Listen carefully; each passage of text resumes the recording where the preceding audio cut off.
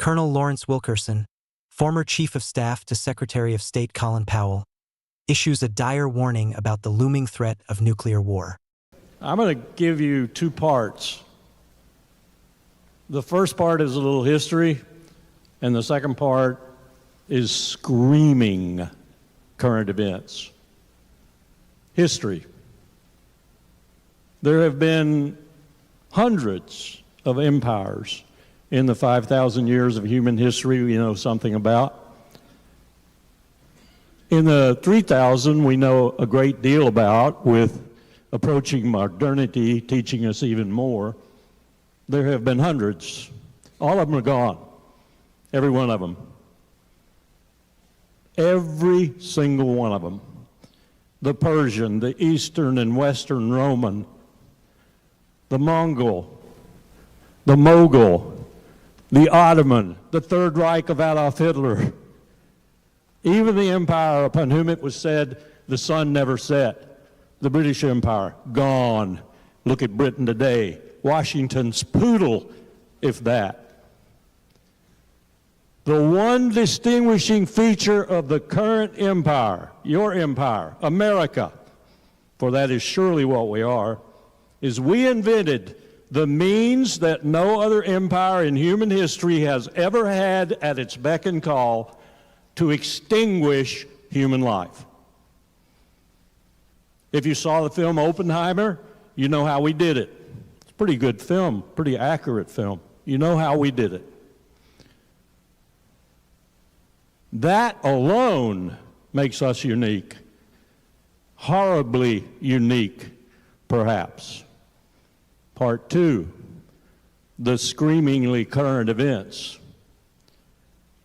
2 a.m. this morning, I get up, my phone just buzzed, I look at it, it's Nima Al-Khurshid.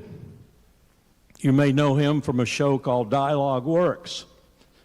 He broadcasts from a little village in Brazil, south of Sao Paulo. He's Iranian by birth, but he's a Brazilian citizen now, and Dialogue Works is a pretty good show. Well, he's already working, and the time zone is the same for us and him. He's already working on the ongoing Israeli attack on Iran. Only he's working on it not from MSNBC or CNN or any polluted propagandistic organ in the American empire. He's working on it from the point of view of a journalist.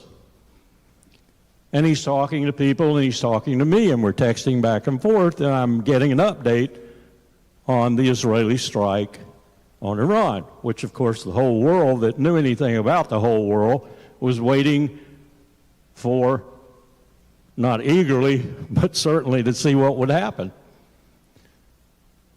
What was happening, according to people on the ground in Tehran and people on the ground in Jordan and in Israel, primarily Tel Aviv, and people reporting on it who have essentially the right attitude about journalism, was that Israel was being defeated. I don't know if it was Russian S-400s or whatever, but I was hearing that what they were doing was not having much impact.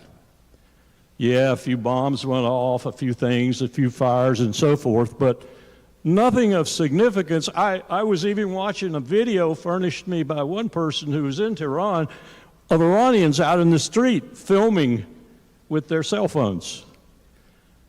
And yet, as the morning went on and I picked up the U.S. news, I saw the usual propaganda, that the attack had come off, that great damage had been done, 100 Israeli planes went out. At the same time, I was picking up some good information from Al Jazeera and others about how badly the Israelis are doing in Lebanon.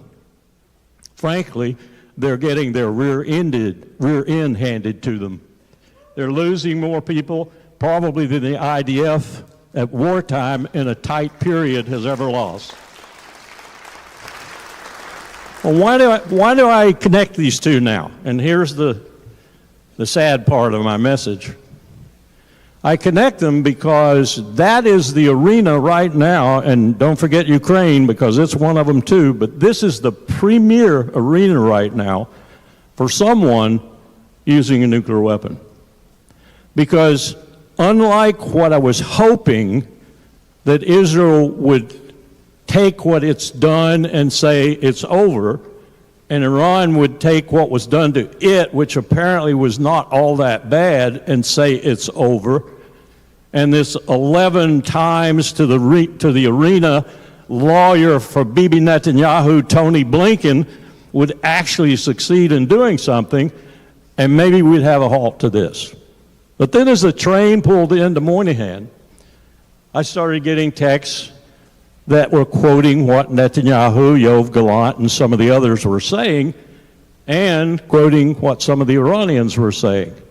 And it looks like we're off to the races again, that Iran is going to respond in a spectacular way, and that, of course, Israel will respond to that.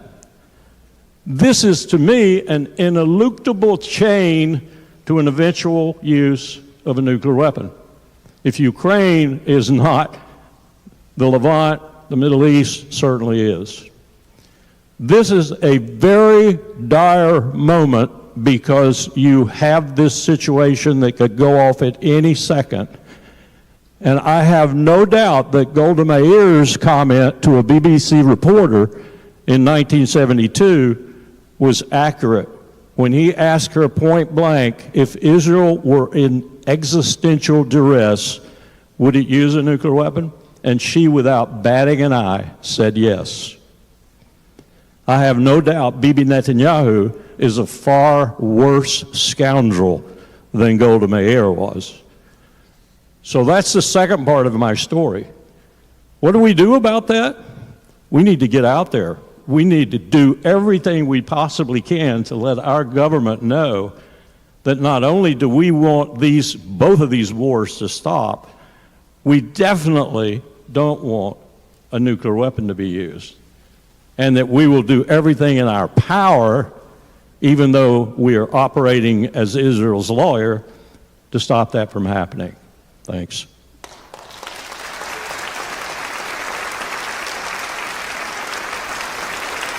Thank you for watching. The information in this video reveals truths that are often hidden from the public by mainstream media. Help us spread these facts by liking, subscribing, and sharing this video with others. Together, we can counter the misinformation and bring real awareness to more people. Stay informed, stay aware, and see you in the next one.